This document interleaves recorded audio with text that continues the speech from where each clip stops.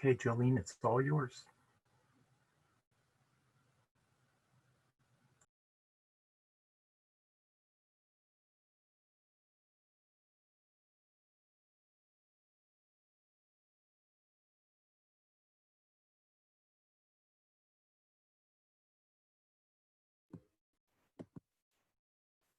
Sorry, everybody.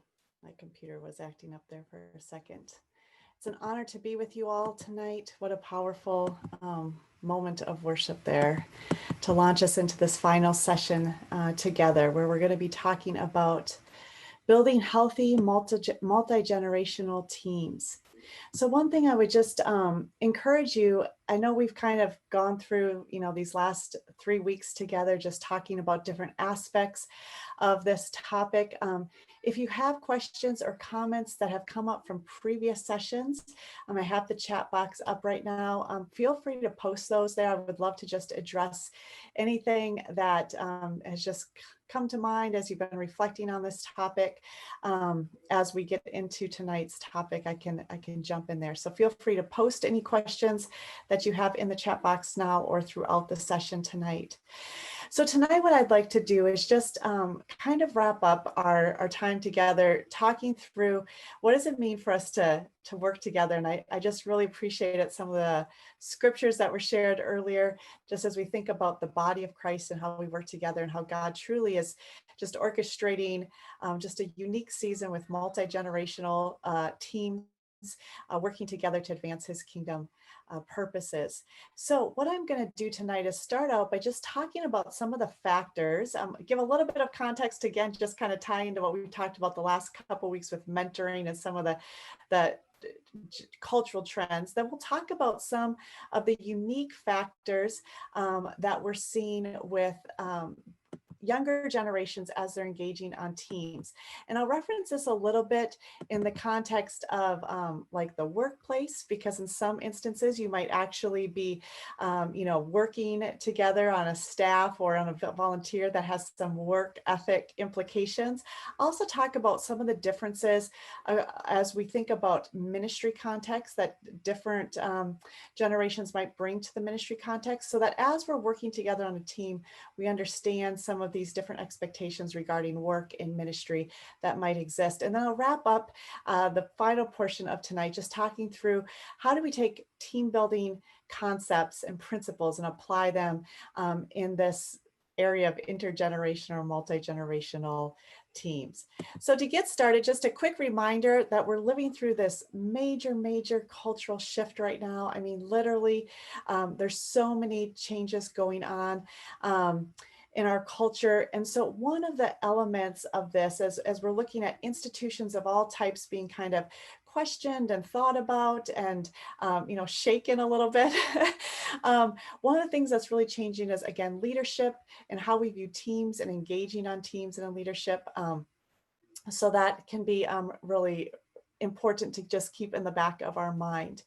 I see the question right there. I'm going to talk about mentoring just a second. So let me just look at this question. As we consider the power of mentoring, someone asked me how this all fits together in a climate that is deeply concerned with healthy boundaries. Ooh, this is a really good question.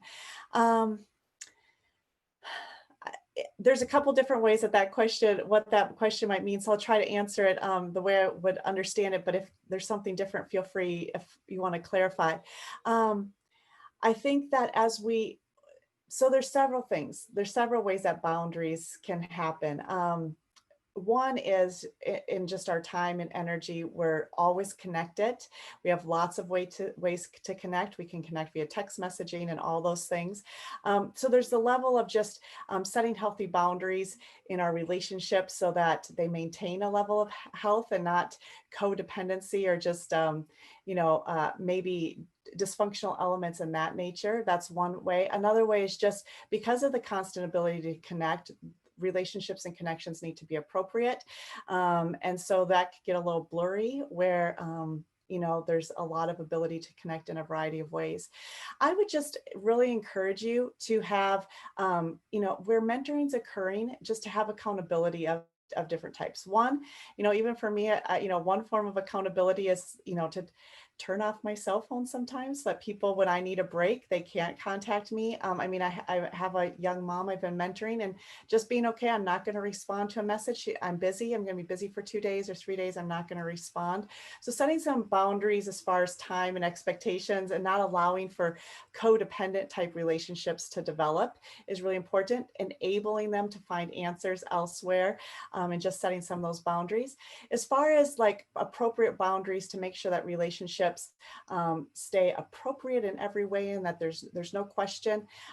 Just doing even group mentoring can be very healthy, or having other people in on group messages, text messages, or someone else who's another co-mentor mentoring with you, or meeting together with that person. So those are a couple of different ways that boundaries can exist. And I just, again, accountability group type of thing, accountability in your own life as a mentor, also accountability in the mentoring relationships can be really, really helpful. So I'm not sure if that's exactly what was meant. So if there was another piece to it, you can go ahead and clarify. Great. Okay, so what we're seeing in the midst of this cultural shift is a really unique dynamic where for the first time in human history, some would say maybe it's not the first time, but for one of the few times in human history, youth sometimes know more than their elders about the world in which we live. So Margaret Mead, who was a cultural anthropologist, talked about how cultures can shift. So traditionally, when culture is stable, we live in what's called a post-figurative culture that are strongly past-oriented, and we learn from the past, because what worked yesterday will work today and will work tomorrow. I talked a little bit about this before. And so tradition is very important, and we kind of pass on legacy. A configurative culture is where culture is in transition, and there's a lot of change. So Margaret Mead would have said that the 1960s and 70s were a period of configurative culture. I would say we're in a period of configurative culture a little bit again today, but that we've also moved into what some people would say a prefigurative culture, where new cultural norms are emerging. And as a result, sometimes youth who have been raised in those new cultural norms understand them intuitively more so than maybe their parents or grandparents or leaders or teachers. Okay, this is really evident in an area like technology, where a lot of times younger people are adapting more quickly, but it can relate to other things too, just culturally, cultural awareness and what have you.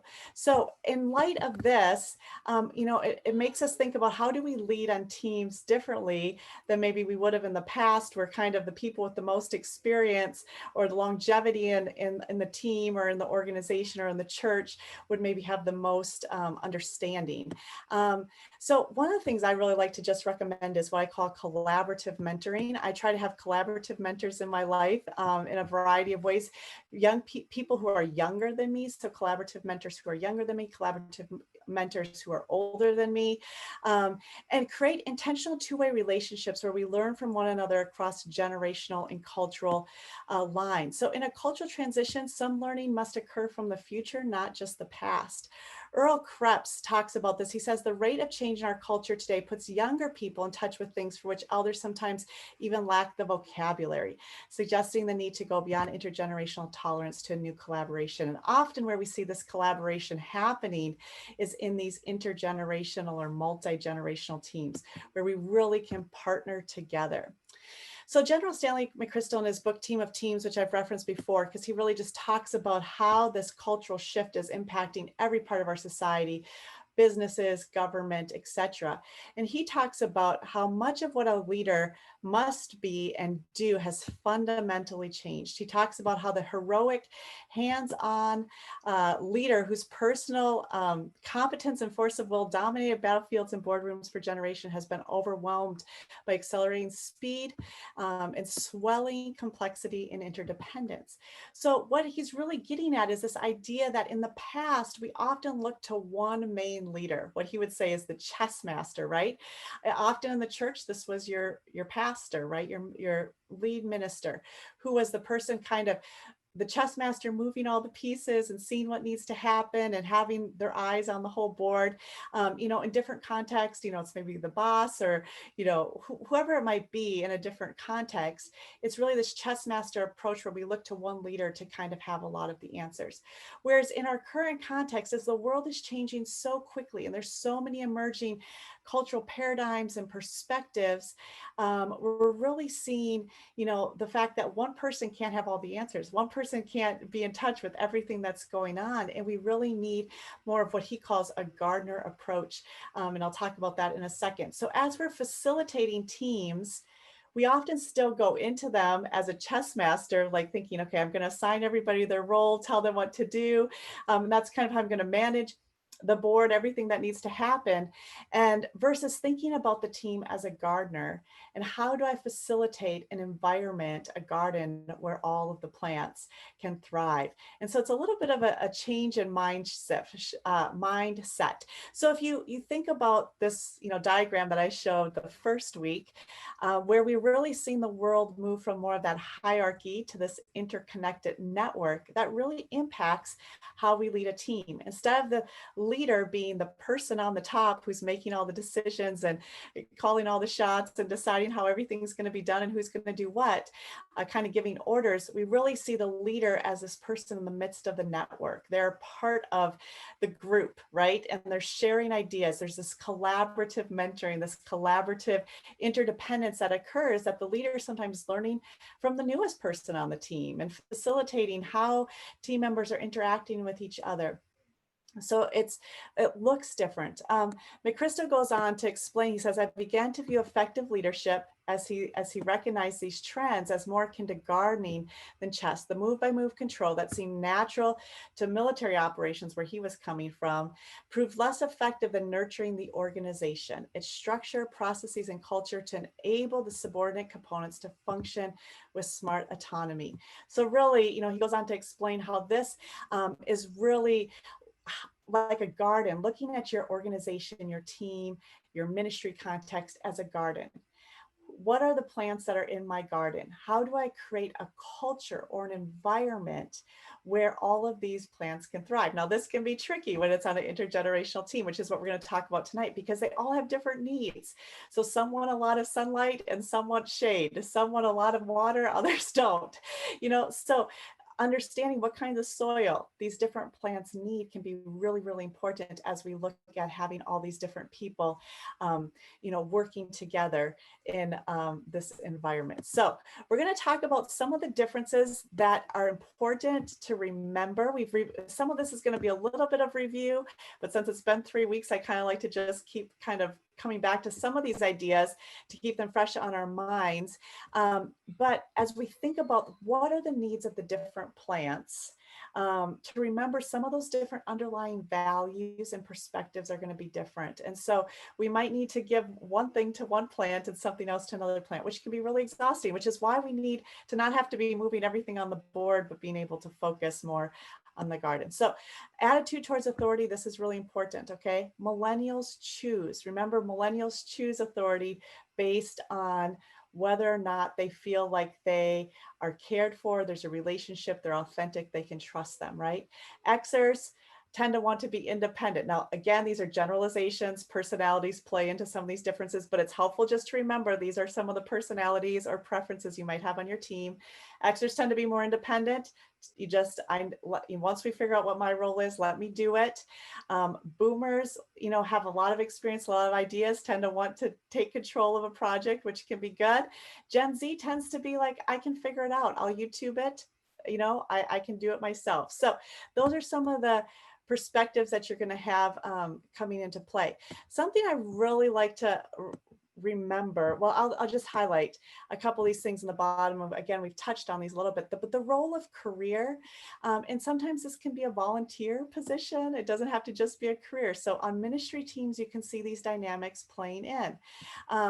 boomers, it can be a central focus. So often when, someone commits to something who has this mentality of it as a central focus, if they are a volunteer, they own that. I think about, some volunteers at my local church where they owned certain things, and it was like you could just count on them. It was like clockwork. They were going to do that, right? They owned it. It became a central focus. Xers, we tend to be very, a little bit, not always, we're very practical, right? So if something doesn't seem pragmatic or practical, it can be kind of an irritant, right? Millennials want to serve. I mean, this is what I just love about millennials. Millennials have a heart to serve, to have a purpose, to make a difference. Gen Z tends to want to do something that's specifically related to their skills and their hobbies. So they don't want to be the round peg in the square hole. If there's a round peg, they want a round hole. They want you to create a round hole for them if you don't have one. Okay, so these are some of the different perspectives that will come on a ministry team. Again, they're not always broken down by generation. They can be different, but just to remember, these are possibly present. Schedules really play into how people engage on a team, okay? So one of the things I like to just remind people is boomers tended to have very, very full schedules, okay? Where you have your day timer or whatever your planner is, and you have your calendar all marked out for several months. You know what meetings you're going to be at every second Tuesday of the month. I've committed to these volunteer roles. I'm going to show up and teach Sunday school the third Sunday of every month. Have their schedule all planned out with a lot of things in there, but it's very planned and organized. What we see with millennials and Gen Z, especially, and some of this is true of Xers too, is that their schedules tend to be more volatile and ever changing and multitasking. So volatile in the sense that sometimes they don't know, or I don't know as an Xer too, what I'm going to be doing tomorrow, because I'm going to wait and see what text messages pop up on my phone, what events pop up on my social media, and then I'll decide, what I'm going to do. So I don't want to commit to something, because in committing to something 2 weeks out or 3 weeks out might mean that I have to say no to something that ends up being really, really important. A really good friend who's in a crisis or needs something, and they text me at that moment, and I've already committed to something, and I didn't know if they were going to be in the hospital or whatever.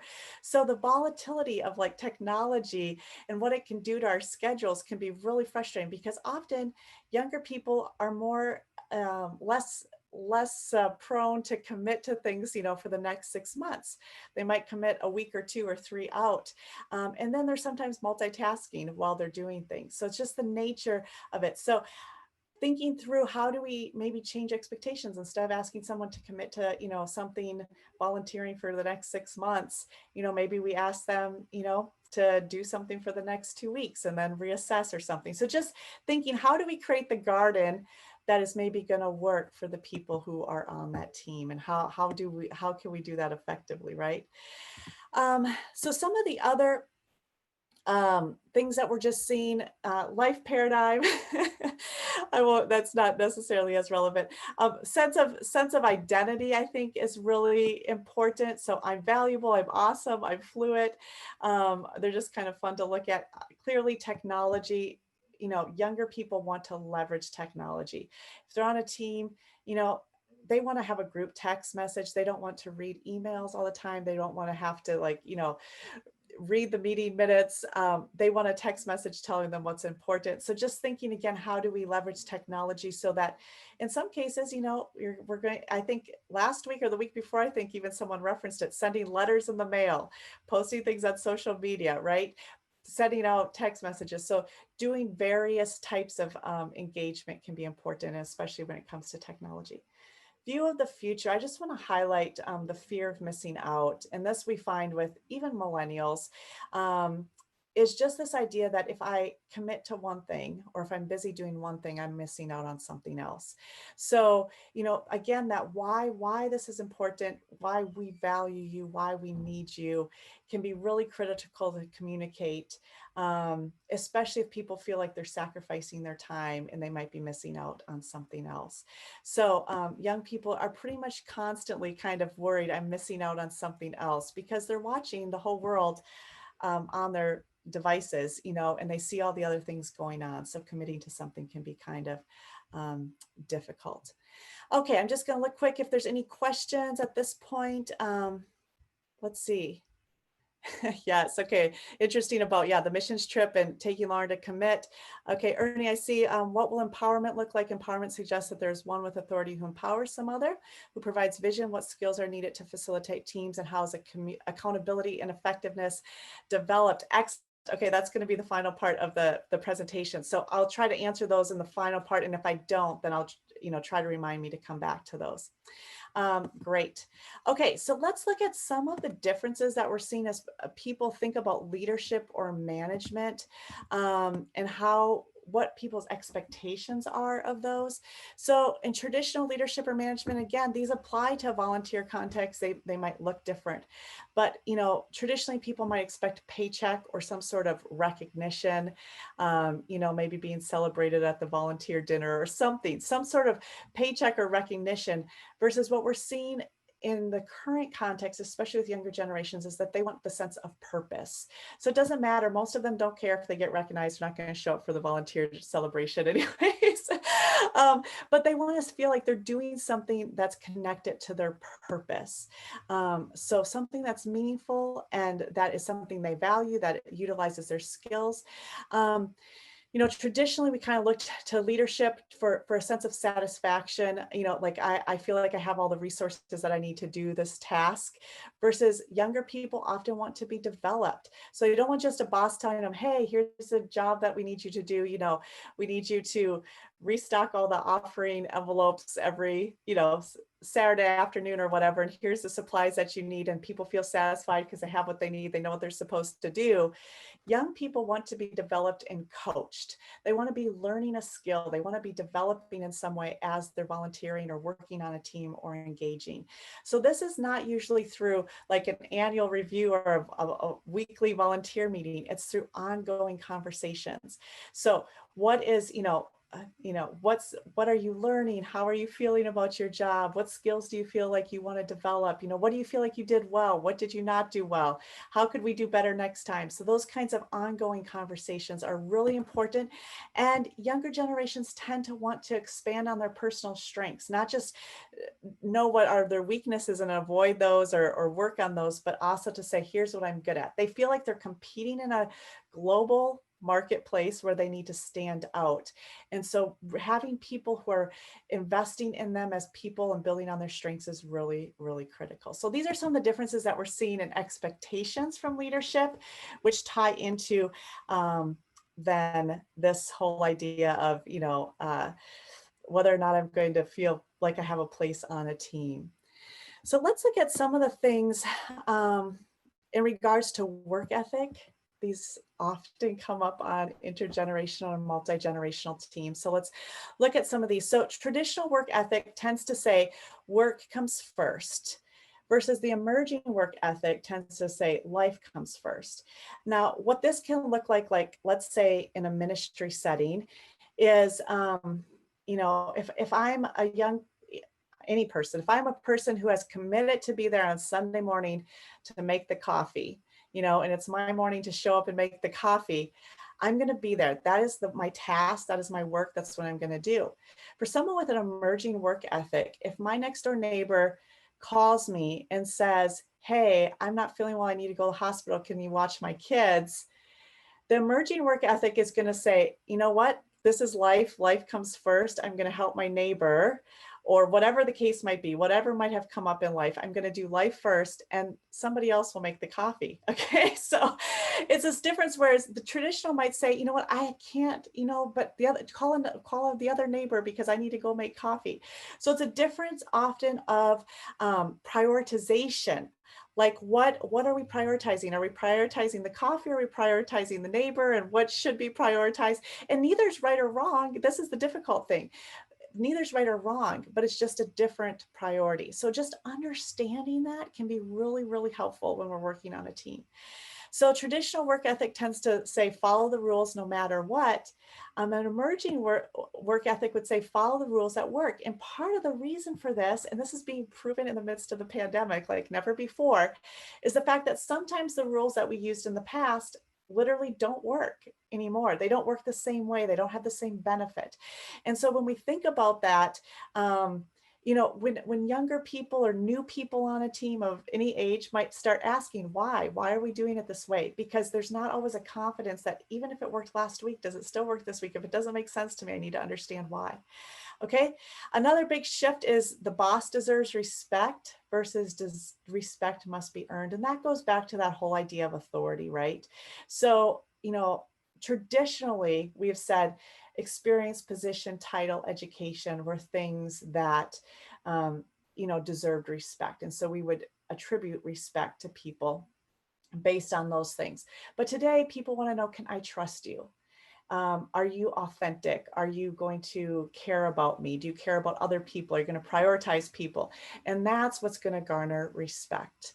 So seniority should equal promotion and participation. So really what that means is after you've been here a while, you can have an opinion,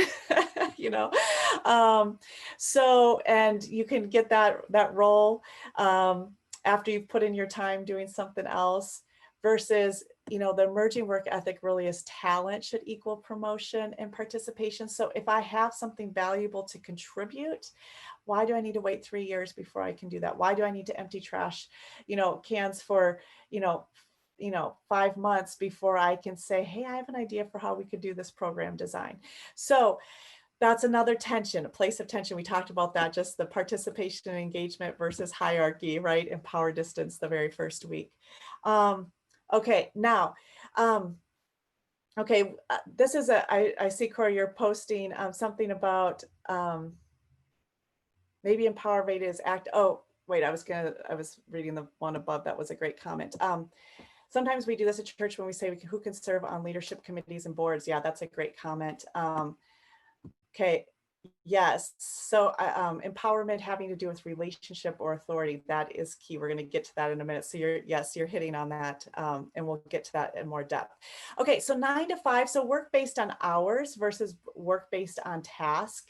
This is another thing. I mentioned this a little bit. This has changed dramatically with the pandemic as well, because no longer, are people really working 9 to 5 in the same way if they're in a virtual context? They really are engaging in a variety of ways. I've been getting up with homeschooling my kids. I get up at 3 o'clock, a couple mornings a week to get, 3 or 4 hours of work done before the kids get up so that I can homeschool with them.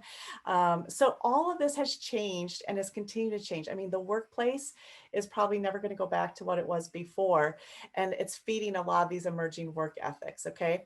So dress the part at all times versus dress the part as necessary. And that feeds into the next one, which is will change to meet the needs of the organization versus expecting the organization to meet their needs.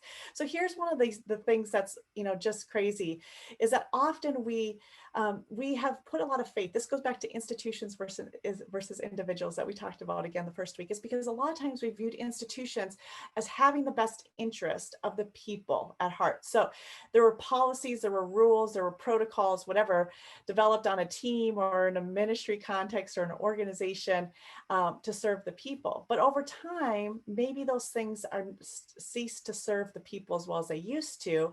And now, there's this expectation, well, the organization needs to change if the people's needs have changed. Now, what gets hard on an intergenerational or multi-generational team is sometimes the needs of one group are getting met by what's in place, but not the other groups, right? So how do we negotiate, right? How do we find some compromise and middle ground or different ways to meet the different needs is what becomes really the challenge here. I always like to, use the example of the spaghetti dinner. We've done a spaghetti dinner every first Sunday of February for the last 30 years. And, this year we're begging people to volunteer for the spaghetti dinner. We're begging people to sign up for the spaghetti dinner. Why? Everyone needs to sign up for the spaghetti dinner. And all the young people in the church are going, why are we doing the spaghetti dinner? Right? So let's have the organization change if the needs of the people no longer represent wanting a spaghetti dinner. Why are we begging people to volunteer or do things if maybe those aren't the same needs? So these are the kinds of things that can cause that tension. Okay, face-to-face contact is important versus digital contact when possible. Okay, here's one thing I'd like to just highlight is that we often think that young people just want it all digital. That's not true. everybody today wants face-to-face contact. In the midst of the pandemic, I think people are longing for face-to-face contact even more. But it'll be interesting as we kind of move, into the next season. People are going to be desperate for face-to-face contact. What younger generations often get frustrated with is when we use face-to-face time to communicate something that could have been digital. So, like if we're sitting in a meeting and we read the agenda that we emailed out ahead of time. So why did we need to sit here and spend our time, face-to-face time reading an agenda that was already emailed out or posted somewhere? So using the face-to-face time for discussions that can be more in depth, like developing that relationship, sharing stories, sharing those authentic, honest pieces of our lives that build relationship, or problem solving together and collaborating on something versus reading through a document, which is sometimes what we use face-to-face contact for. So just a different view on how to use that or leverage that. The other thing that we find is that traditionally we tend to have a more compartmentalized life. This is my church world, this is my work world, this is my family world, this is my friends. And, they kind of are separated, and I give this time and space to my ministry team, I give this time and space to my family, I give this time and space to my work. Younger people live very integrated lives. And again, for all of us, the pandemic is like accelerating this trend where, yes, like I mentioned last week, my kids were sitting in here watching, they're watching mommy work a lot more these days. And I'm watching them a lot more. And so we're living much more integrated lives where, I might be, on a ministry team doing something, but I'm also FaceTiming with my kids or at home or doing this. And I'm responding to a work email at the same time. So I'm doing multiple things because technology has allowed us to really do this integrated life in some really interesting ways. Okay, let me pause right there and see if there's any questions or comments that anybody wants to throw in. We're going to transition here into what this kind of looks like in the ministry context quick, but let me just look back at, I just was seeing,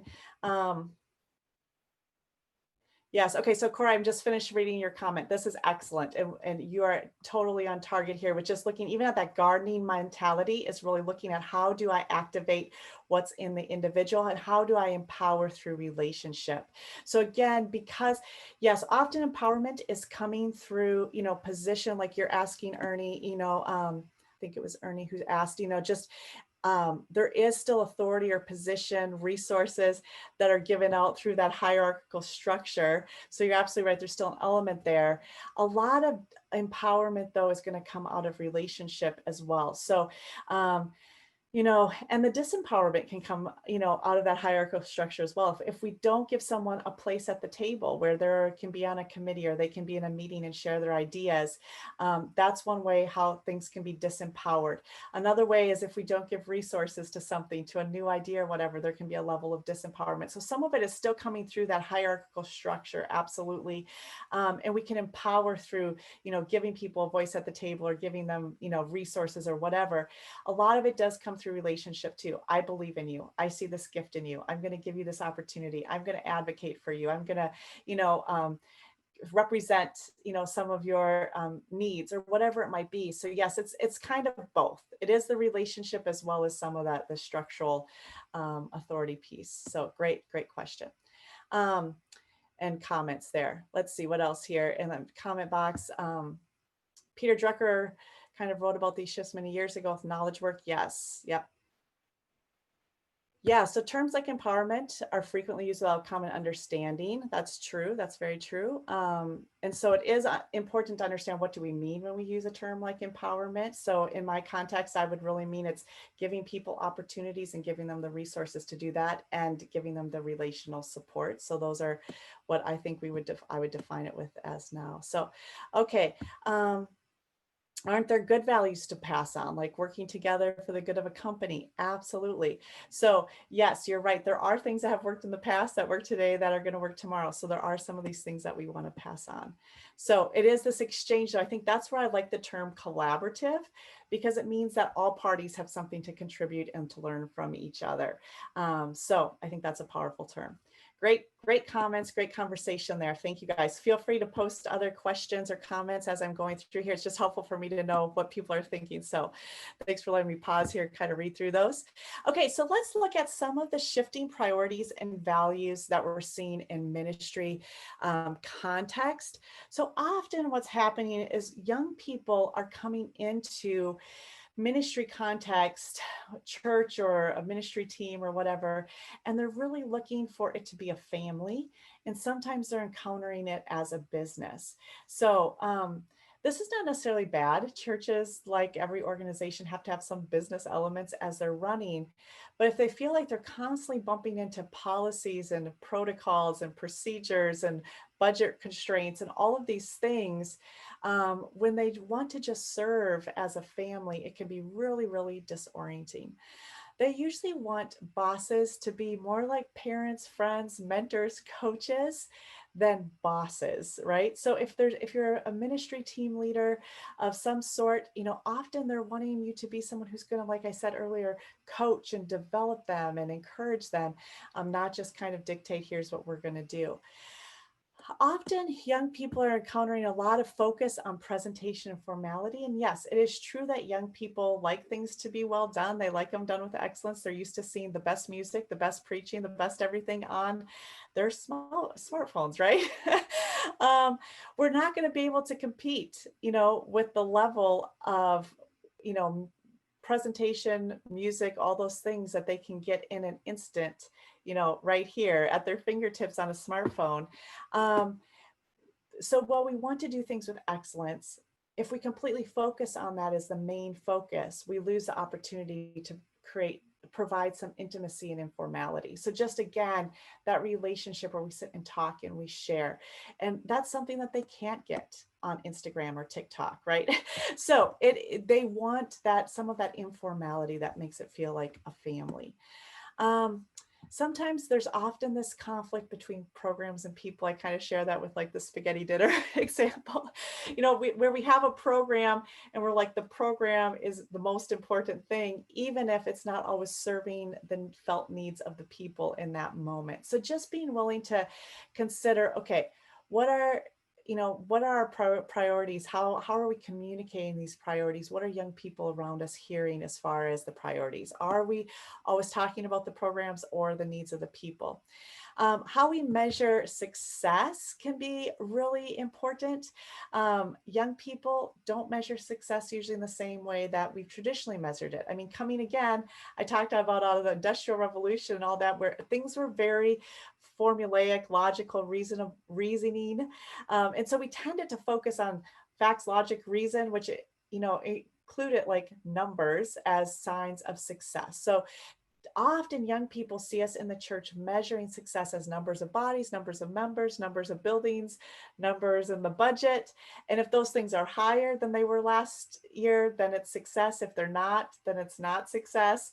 And that can be very disorienting to them because when they're coming to church, they're usually not quite as concerned about how many people are in the building as, am I going to grow spiritually? Are people being changed spiritually? Do they feel loved? Do they feel like there's community, there's relationships? Are we serving people's needs? Are we doing outreach? So even as we think about how we communicate, sometimes we do it unintentionally, even when our heart is, that, spiritual growth is our measurement of success. Sometimes what we're communicating to young people in our conversation, how we portray things, how we prioritize things, it feels more like we're measuring what's most important to us is what was attendance this week, or, how much money was in the budgets or whatever. And often young people will say, I feel like people care more that I'm sitting here on Sunday morning so that I'm counted in the attendance record than how my week was.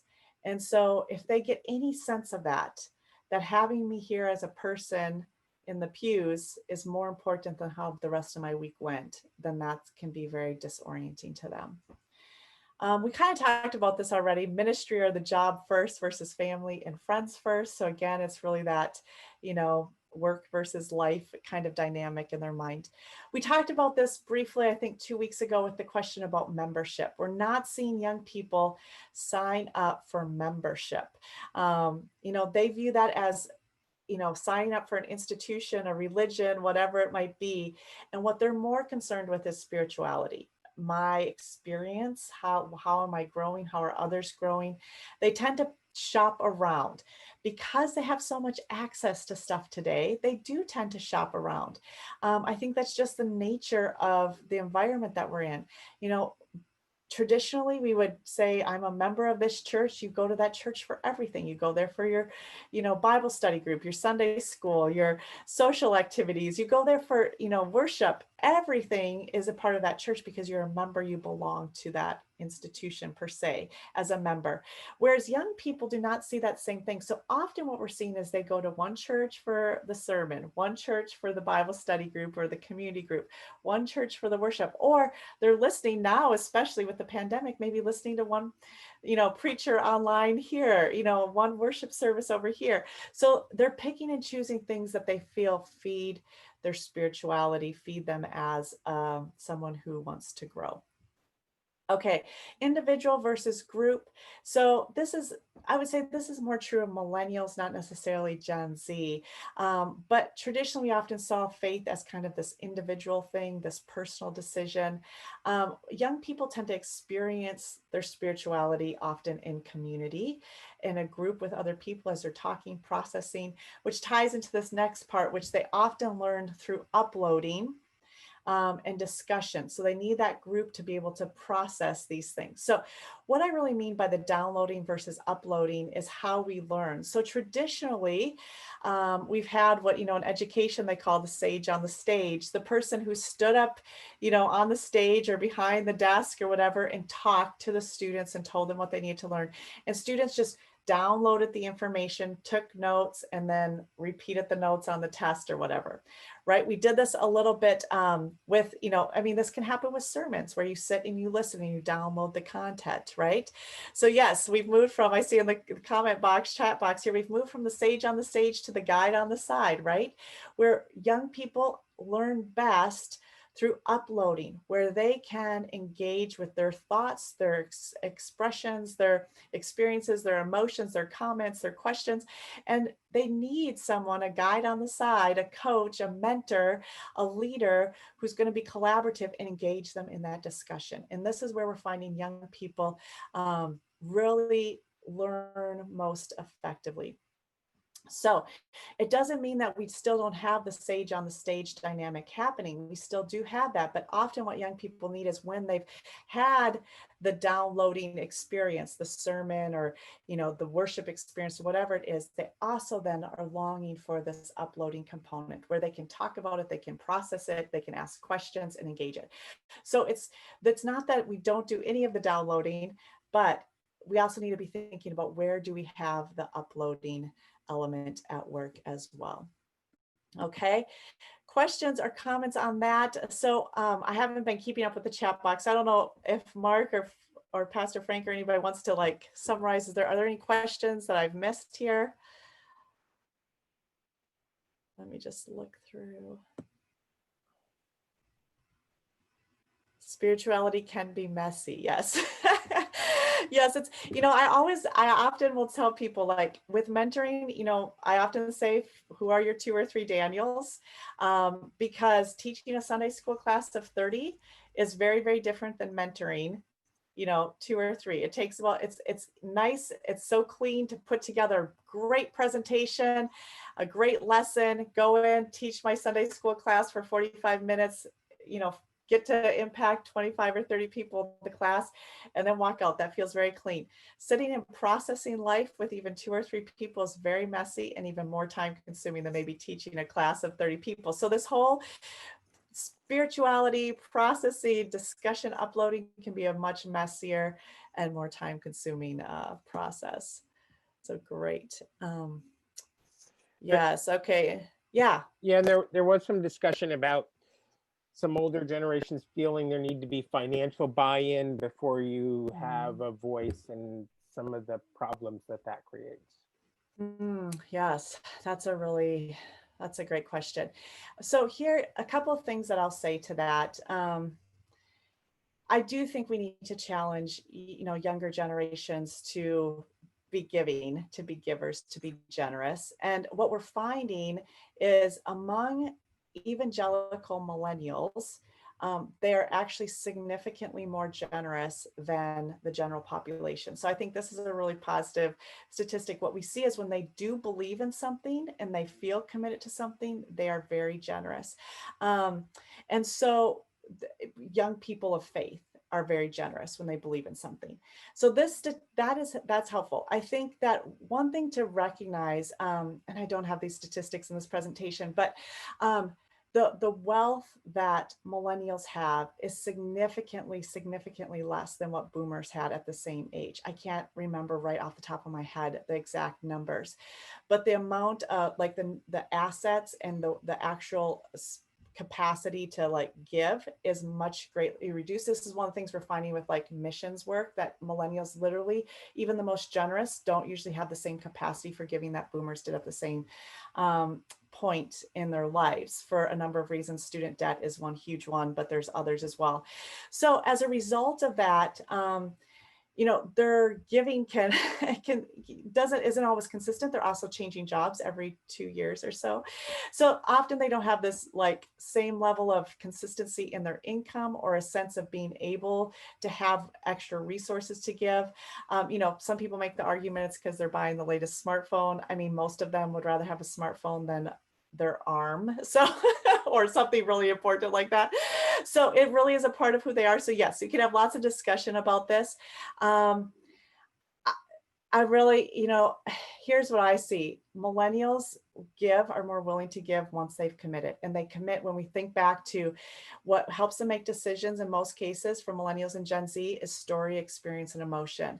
And until they have buy-in, until they've uploaded, they've engaged, they've had an experience, they have relationships based on, being mentored and coached, they're going to be less likely to give. They're going to be less likely to believe in the institution until they've actually engaged. So, I understand why people feel like they need to give before they can get involved. Our chances of getting them to give without letting them be involved first are very, very slim. So it's just one of those decisions we have to make, like, what do we feel like the priority is? Because most of them don't trust institutions. They don't trust money's going to be spent well. They're not going to give to an institution until they have relationships and they personally have experienced the benefits of being engaged there and they feel believed in. So that would just be some thoughts in that regard. Anything else, Mark, that would have come up that I maybe missed? Let's see. Yeah, so they need to buy into the vision and ministry. Absolutely. Yes. Yeah, lots of resonance to what you were saying in regard to where they find themselves, younger generations. Okay. Yeah. So great. Thanks. Okay. Okay, so let's just go ahead. I'm going to just break us into groups for just a few minutes. I would love you guys just to continue this conversation kind of that we're having right here in the chat box, which is great. But just, where do you see these dynamics value at work in your ministry, intergenerational ministry teams, your church context? I mean, again, we've already kind of started that conversation here in the chat box, but I just want to kind of give you guys a chance to talk about more specific situations maybe that you're seeing in your context. So I'm going to go ahead and break you into breakout rooms for, let's see how we do on time, for maybe like 6 or 7 minutes, so everybody can have a chance to just kind of share a few thoughts from their context, and then we'll bring you back. Okay. So, okay, let me just see.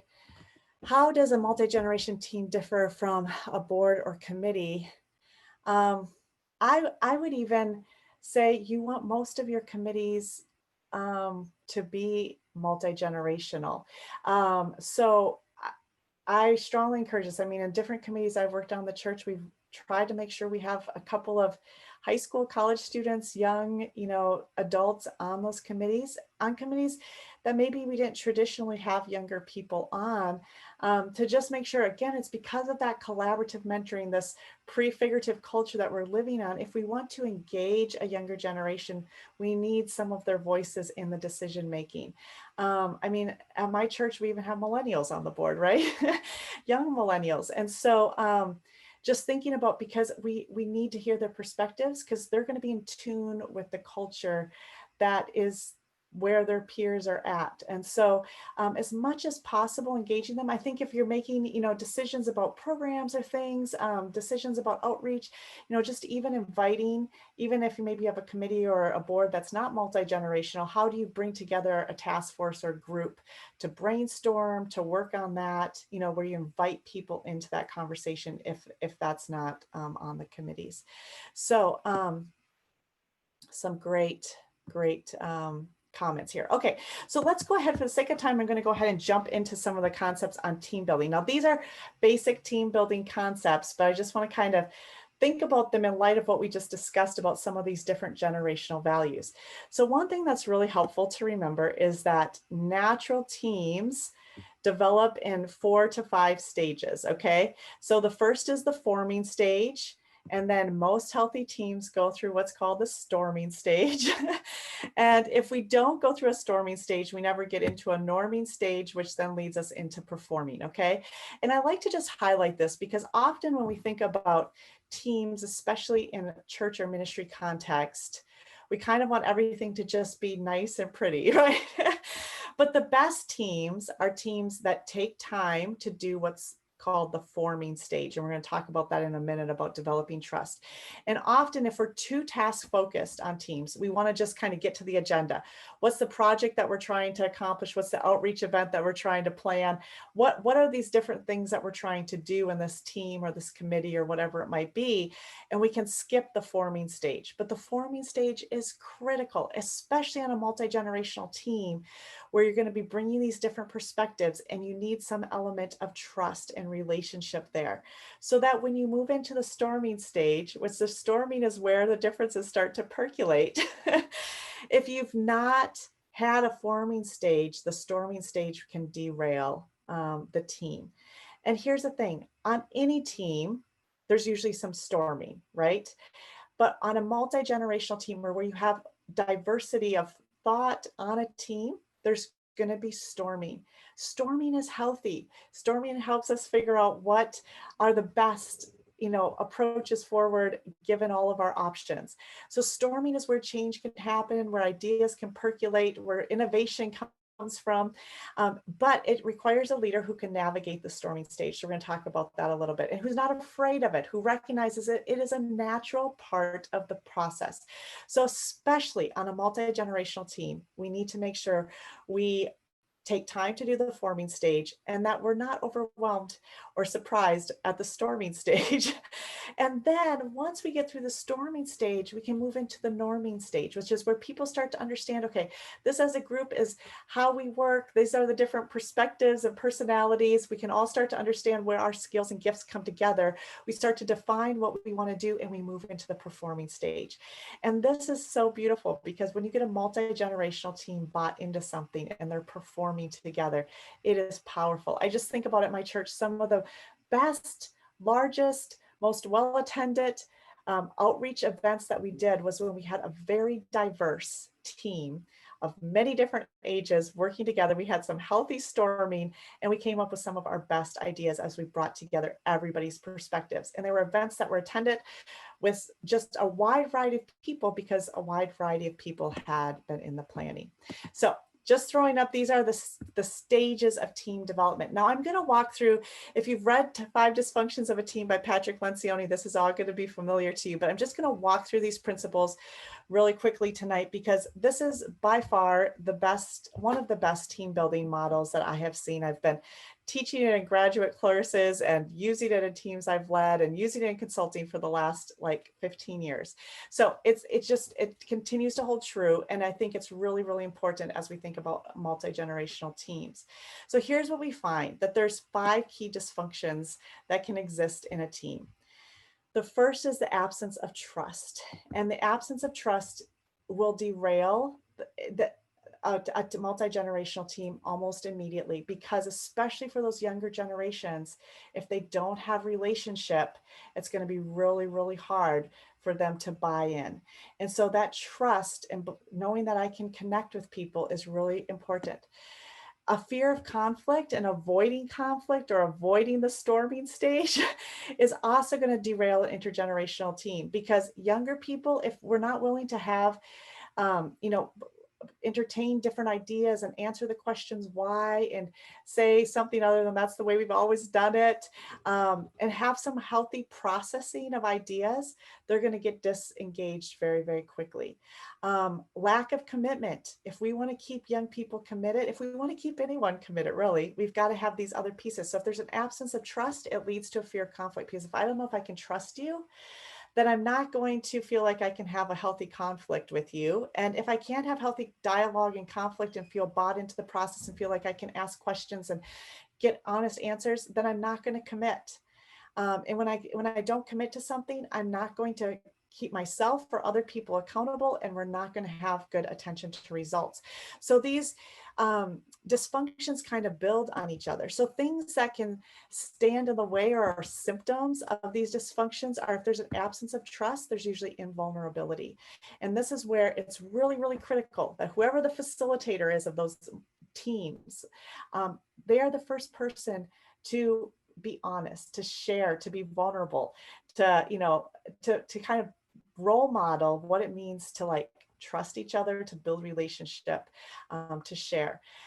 Artificial harmony. If you have people, I always say, if it's the parking lot meetings are happening, that means you have artificial harmony. So if everyone's sitting in the meeting and no one's saying everybody, everyone's just smiling, and then everybody gets up and walks out, and then there's 2 people over here by a car and 3 people over here by a car chatting after the meeting, that probably means that it's the harmony that was existing in the meeting was artificial, and it was not true harmony, because people felt like they still had to process some things outside the meeting that they couldn't share in the meeting. So you want to have a context where people feel safe to share things in the meeting, where there's healthy conflict.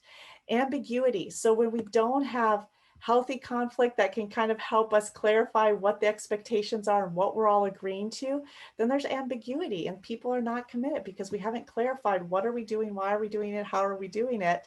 And then that results in low standards, and then status and ego come out and people start to just defend themselves. It's not a team effort anymore. It's like, well, that wasn't my job.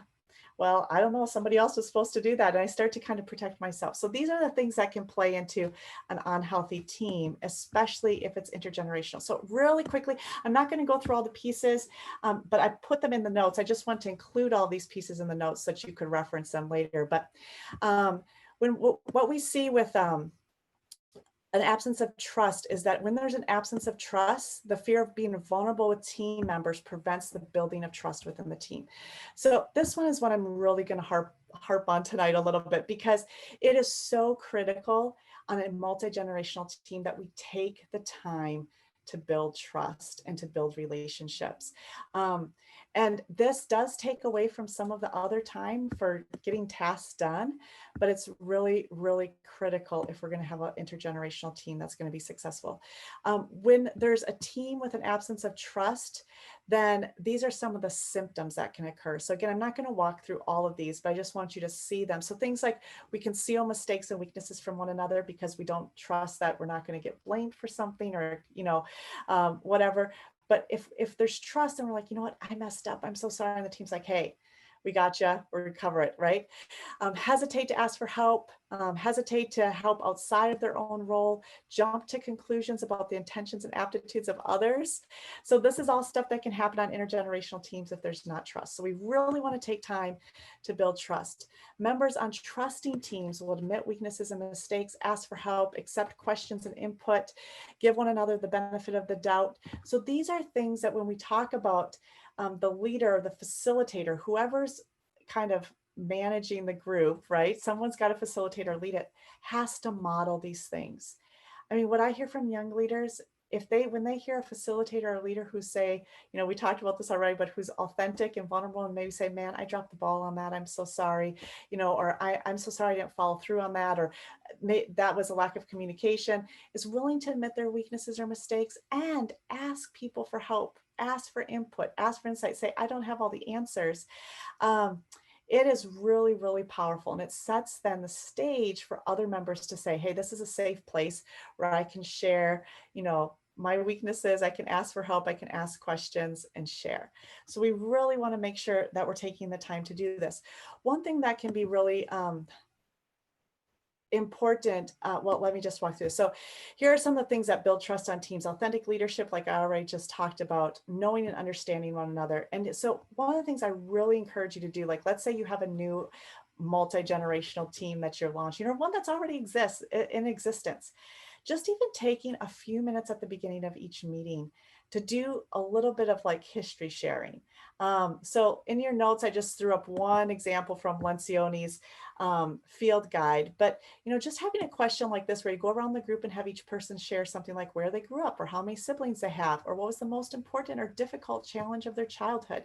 Just something simple. It can take 5 minutes, 8 minutes at the beginning of a meeting to just have each person go around and just share, pick some type of question where we just get a little bit of insight into somebody that we didn't have before. Because when you hear somebody, grew up in a really difficult situation or struggled with a sickness as a child, it can give you insight into some of why they do what they do, right? So do some history sharing. If it's going to be a longer term team, for sure do something like a personality profile or strengths finder or spiritual gifts test, or something where you can share with each other and kind of learn how people operate.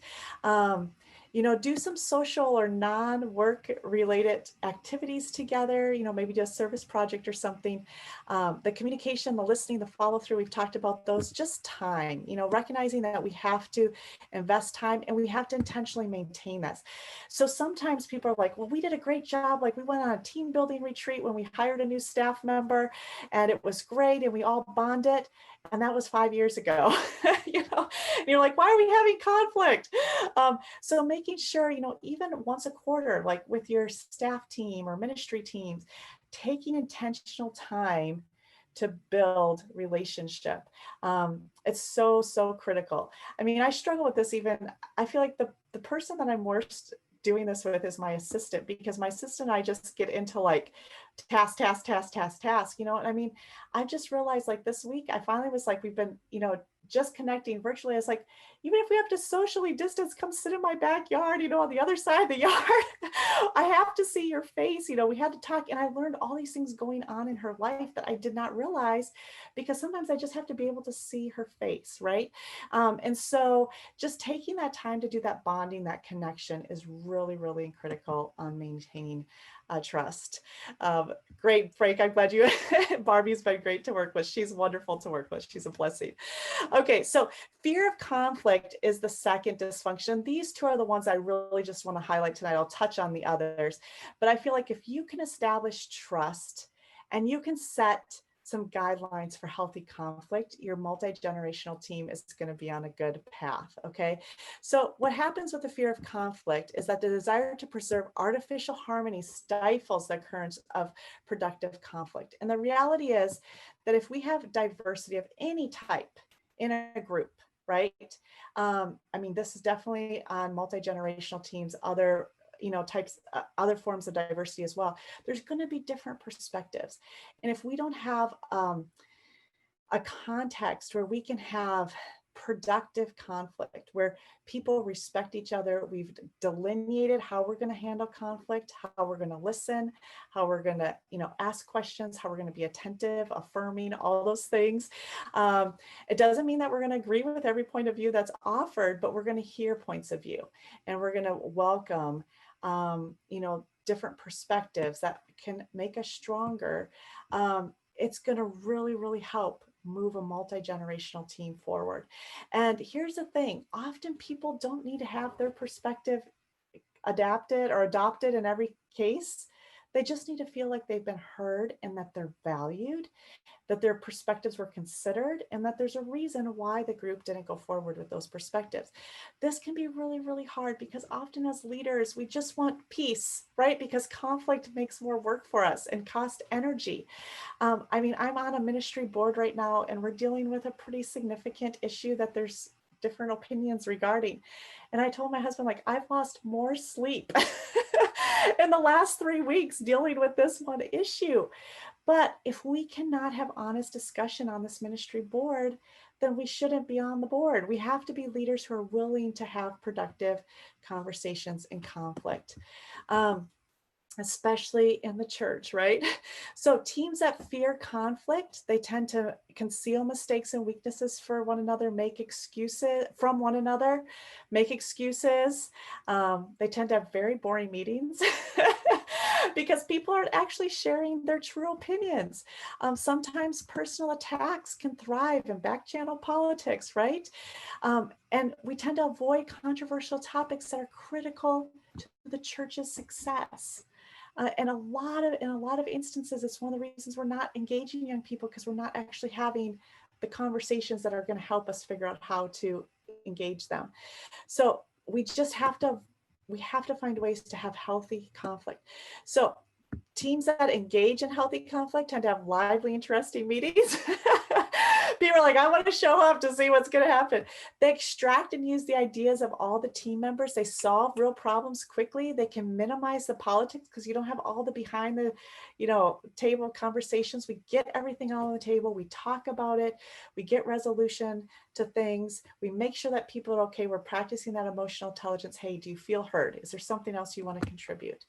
So yes, these are some things we want to do. One of the things that I really want to people often say, like, how do you establish guidelines for healthy conflict, because people are so different. One of my favorite things, and Patrick Lencioni talks about this in his field guide as well. So the 5 dysfunctions of a team field guide, I highly recommend that if you're a leader. It's got a lot of great practical tools. But he talks about just sitting down with a team and actually saying, how do you prefer, if there's a conflict, what would be important to you in how we handle a conflict? So different people are going to have different, preferences. So if you have a team that's going to be working together for a while, find out what people, how they handle conflict, and come up with some team guidelines. When we have a conflict, before it happens, when we have a conflict, here's how we're going to handle it. We're not going to shout. We're not going to yell, whatever it is. We're going to let each person share their perspective without interrupting. We're going to make sure all the ideas are on the table. Just laying out some of the preferences for how you're going to handle them. Then people know going into it what to expect, and it helps to eliminate a lot of the stress for people who don't like conflict. So again, this is not a class on conflict resolution, but I think just some things to keep in mind. Okay. Lack of commitment is when there's a lack of clarity and or the fear of being wrong, and it prevents team members from making decisions in a timely, definitive manner. So if people don't feel like we can actually trust each other and we can have a healthy conversation and work out all the ideas, then we don't always make a decision, a firm decision. And we don't want to, people to be mad or whatever. And so we just don't make a decision. And then there's a lack of commitment, because what are we committed to, right? I'm not going to go through the symptoms of this just for the sake of time. But then what happens is that there's a avoidance of accountability. So if I haven't shared my ideas and we haven't clarified what we're doing, then the need to avoid personal discomfort prevents team members from holding one another accountable, because I don't know how that person feels. I don't trust them. We haven't come to a decision, so I can't really hold them accountable to that. And that's then where we get to inattention to results and the desire for individual credit, or protecting myself or defending myself, can erode the focus on collective results. So these are just some things to keep in mind as we're walking through, like, managing an intergenerational team. And really that building trust piece is foundational. So we want to make sure that we're doing that. So here are some questions that I just like to throw up that I think are really helpful for us as team leaders to just keep in mind. What potential dysfunctions could exist on teams that we're leading right now? Like, as we have kind of gone through this list, I'm not going to make anyone answer this, but I think it's helpful, just like some self-reflection, that, where are the potential dysfunctions right now? Does my team trust each other? Do we have we been investing in our relationships? What does that look like? How do we maintain that? If we haven't, what do we need to do? How are some of the potential dysfunctions impacted by generational differences? Maybe where we're not having healthy conflict, or we're not actually discussing things. And then what does it look like to cultivate a garden for our team members to thrive in? How do we create this space where there is trust, there's healthy relationships? It's a safe place to have some conflict and disagreement. It's a place where we're going to clarify what the expectations are. There's going to be accountability measures to make sure that we're all working together and following through. And what does that look like? And even talking about what that might look like. Because some people's ideas of accountability and what commitment looks like are different. So we might need to clarify that and have everybody agree to it and have it written down somewhere so that we can hold one another accountable. Another thing that I think is just really helpful is to say, have we received constructive feedback from members of our team recently? And if we haven't, to think, how do I get that feedback? Like, how does my team feel right now?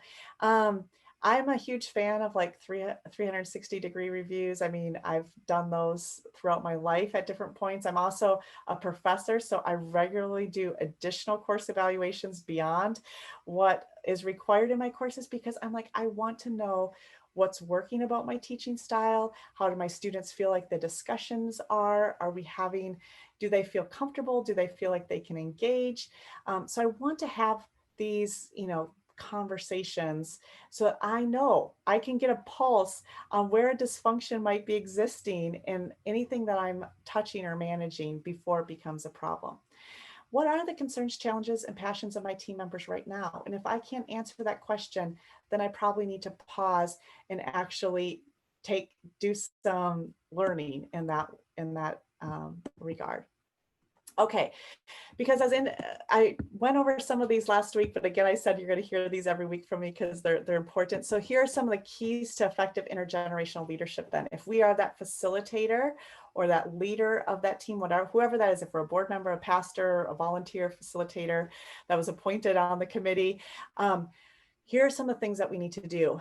First of all, possess emotional intelligence, so I'm not going to delve into that a ton, but really that is just being aware of my own emotions. What are the things that frustrate me? How do I respond to those frustrations? How do I manage my own emotions? And then how am I in touch with the emotions, the experiences, the perspectives of other people in the group? And am I responding well to those? So just really being tuned into myself and others as we're thinking about navigating some of these things. If you're interested in this topic of emotional intelligence, I highly recommend the book Emotional Intelligence 2.0. I was actually just referencing it earlier today. Emotional Intelligence 2.0. It's a great little book with lots of great strategies that, if you're leading a team, can be really, really helpful. Okay, ask good questions, open-ended questions, and actively listen to understand. So this is going back to what I just said. You have a pulse on how your team's doing, and what is that pulse? And if we don't have a pulse, then we need to do more of this, asking good open-ended questions of people on our team and actively listening to understand. So I just like to throw it because sometimes we know what active listening is. Every time I teach on this though, I'm like, oh yeah, do I do that? I teach on this. I'm like, I don't know that I do that. So asking questions that need an answer more than yes or no. Focus your attention on the speaker and make eye contact with them. I think I mentioned in a previous session just how we know that an emotional connection occurs when we make eye contact with someone for 60% of a conversation. It's what young people need. So even as we're engaging with people, to actually make eye contact can be really, really powerful. It means that we're listening, we're attentive. And now that's a little bit harder because we're doing a lot of things on Zoom, but when we have the opportunity to make eye contact, to do that. But then even considering body language, facial expressions, tone, and emotions. And if we are connecting more in a virtual context, I've just found these things are even more important. I need to smile more. I need to be more energetic sometimes because I'm not in the room. So just making sure that we're doing those things that show that we're engaged. Don't interrupt the speaker, assume a conclusion before they finished. Do not think about what you're going to say next, but listen to what they are saying and react without judgment. Summarize the main points of what they're saying. What I heard you say is, let me summarize your points to make sure I heard you correctly. So it's really repeating back to them what they said versus just jumping in immediately with what I said. these are really hard things. This is what requires emotional intelligence. I'm not always good at these. So that's why it's good I teach these. So I have to keep reminding myself. Seek to sense what the Lord is doing and saying and encourage that individual in that. I mean, I've been a part of some conversations lately where we're just dealing with some difficult issues. And I just keep coming back to, Lord, what are you saying and doing in the situation? How do I engage that with this group of people? And so I think it's really critical to just keep that at the forefront as well. So that really comes to this asking good open-ended questions and actively listening to understand. I think really perceiving the differences in perspectives and values, and extending understanding. So even as we're in a team, as you have reviewed these notes, as you start to interact on intergenerational teams, you're going to start to see those things jumping out. So just being aware of them. Okay, here's where there's a difference in our definitions of commitment, or how we organize our lives or structure our schedules, and extending some understanding based on knowing that we really are coming at this with, in most cases with good hearts, and we're just coming at it with a different approach. So again, then fostering the team building, that trust, that healthy conflict and accountability I've been talking about, connecting with individuals in ways that are meaningful to them. So again, when I'm working with a team, one of the first things I really like to do is have them do some sort of personality profile, or I'll even have them share something like, what's their love language? Like, how do they receive like affirmation or, appreciation? Do they like a gift? Do they like a words of affirmation? Do they want quality time? Like, just getting some of that insight can be really helpful if you're a pastor with a staff, or if you're a team leader with Sunday school teachers or children's ministry workers or something. Just even having them share some of those things or do it a personality profile can be really, really helpful. 16personalities.com, I'll just throw that in the chat box here, is one of my favorite really simple and free personality profiles. It's similar to the Myers-Briggs. There's also some free like Enneagram ones out there, but like the 16personalities.com, if you just have your volunteers or your team take it, it will actually tell you like, what does this personality play out with like in work, or what are their strengths and weaknesses? And even being able to talk with them about that can be very, very insightful. Yeah, I just see someone posted the DISC is another great one. Usually in ministry context, I'm looking for free ones. The DISC is usually, I don't know of a free version of the DISC. It might be out there. If someone knows of it, post in the chat box. But the 16personalities.com is free, so that's why I often use that one.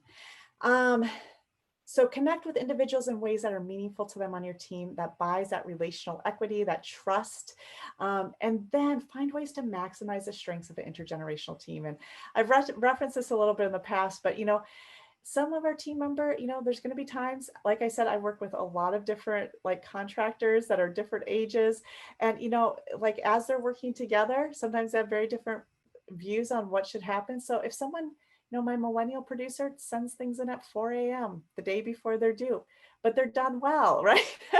It drives some of the other members that, of my work network crazy. But how do we maximize the strengths of our intergenerational team, recognizing what they each do well and recognizing, hey, he does great work. He gets it into us by 8 o'clock in the morning. It might come in at 4 a.m., but that's okay. We know that it's going to work. So just realizing this person does this well, we're going to empower them to do it. This person does this thing well, we're going to empower them. I'll just share really quickly. So when I was managing a team a while back, we had a number of people who were very task oriented, and we were getting some complaints, and I said, we need someone on our team who's highly relational, who's going to help us connect. And so we intentionally recruited someone who's highly relational. Well, after, a month or two, that highly relational person, the other team members were frustrated because they're like, she's not getting her task done. I needed that report from her 3 days ago, and has people in her office talking to her all day long, and she's not getting me the report. And in that moment, I have to stop and say, we hired her for that strength. Because guess what? There's not people sitting in our offices talking to us all day long because we're very task oriented. We hired her to be relational. And so as you see the strengths on your team, just reminding each other, this is what this person brings. I mean, it goes back to what was shared earlier about being the body of Christ, and just highlighting those strengths can be really, really powerful. Okay. So, Okay, let's see. I want to get to a few questions here. So let's just look. Okay, so great question. So what do I say to folks who feel that some of these uh, personality profiles or whatnot are too secular, or too biz-like, or too management? Like, to me, a personality profile, I mean, some people use spiritual gifts inventories or tests. Those would be fine too. What I like to just say, we are all designed uniquely. God has designed us uniquely. And to me, personality profiles just help us understand how God has designed us. I mean, it really goes back to we're all different parts of the body and how we function in the body. So I usually don't get a lot of negative comments about things like personality profiles. But if I were to, that would be part of my thing. It's helping us understand how God designed us. And how we fit together, how we work together. So in some ways, I feel like personality tests or profiles are just revealing what God has already put in us. That would be one way of saying that. I think that's what that's responding to. Let me just look through. And Mark, if I'm missing any questions, if you want to jump in, and because I know there's quite a bit of comments here, so I don't want to miss any questions. Let me just see. I'm skimming through here. Okay. So empowerment is taking a chance on people and developing, helping them grow and thrive in areas of ministry. Okay, good. I'm just trying to, thought I saw a couple questions I haven't. Sorry. Yeah, there were, and I'm looking back through too. Sorry about that. Okay. Yep. Nope, that's okay. Okay, let's see. Okay, this is how quickly can a team ramp up on these skills just presented? I suspect it's iterative, but how do you balance pace when hard changes need to be implemented rather quickly? Great question. You know, what we're finding today with change. So if you're familiar at all with like Cotter's 8 stages of change, what we're finding today is that change is happening all the time, continually in a revolving. So there's new models of how to manage change coming out because we can't manage change in the way we used to with like just gradually introducing it. So what I do find is that having trust, this is where that honesty, that trust, that vulnerability come in really critical because they create the foundation for change. When people feel like they can trust you, you're being honest with them, you're admitting everything's not going to be perfect. This is going to be a messy process. We're going to make mistakes. People extend a lot more grace in the midst of change when they're being given time to build some trust with each other. That can also help with implementing change. And when they feel like there's a sense of urgency, that can be very important too. So communicating why the change has to happen in terms that are connecting with their values is really, really important. So those are some things. Change does take time, but it's going to be kind of continual probably from here on out unless something dramatic happens in the world. So laying some of those foundational pieces like the trust, like the honesty, the vulnerability, like communicating the whys, and then creating the urgency for the change behind the whys, and admitting when the change is not working well, or saying it's messy, we're not going to get it perfect. It can really kind of alleviate, and doing some of that listening, hearing people's feedback, affirming, this is that emotional intelligence, affirming the frustrations that might be existing. All of that can be really important. Okay, as we kind of, I'm just looking through the chat box a little bit to see if there's anything else that I missed, but I would love for people to just kind of post a takeaway that they're from this conversation tonight, just as you think about, improving the health or growing the health of a intergenerational team in your ministry context. What would be a takeaway? Just go ahead and throw those in the chat box. It's kind of fun for me to see what people are taking away. Yeah, the change equals evolve. I think that's a interesting comment. I think it is this constant process right now that we're in as we're changing. So, okay, great. I'm just scanning through. I'm sorry if I missed any questions. Again, I will just say, yeah, throw in the box. I would love to just hear some takeaways, and I know I'm almost out of time here. I'll also just throw up my website. So I do have an email newsletter. If you're interested in getting that, there's a sign up on my website, leadingtomorrow.com, just on the front page that you can put your email in there and you'll get my email newsletter with a bunch of information. You can email me at Jolene@leadingtomorrow. I also have a contact thing on my website. If you have questions or resources or anything that I shared tonight, you wanted something, a follow-up to that.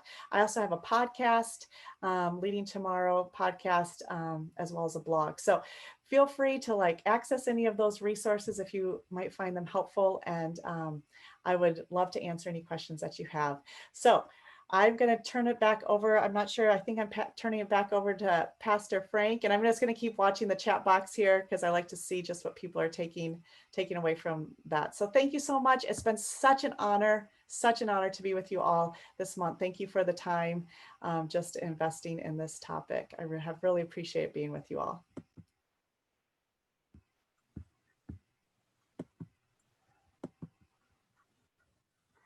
Thank you so much, Jolene.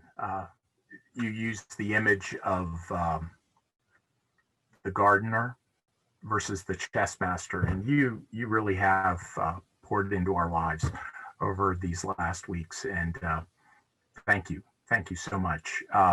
It would be some of the comments tonight about the material and being kind of business oriented or the like. It's people are people, and it's about trying to advance the kingdom. And this is tremendously helpful as we seek to engage with, as Mandy said, the whole body of Christ, right? And so thank you so much for your time with us. We are going to be making a transition here, folks, to an after session tonight, much as we did 2 weeks ago. We'll have another 9 to 10 o'clock time where we'll do some reflection kind of holistically about the sessions that we've had with Jolene, as well as then do some consideration of just this whole process that we've used for this Biennial Leadership Conference.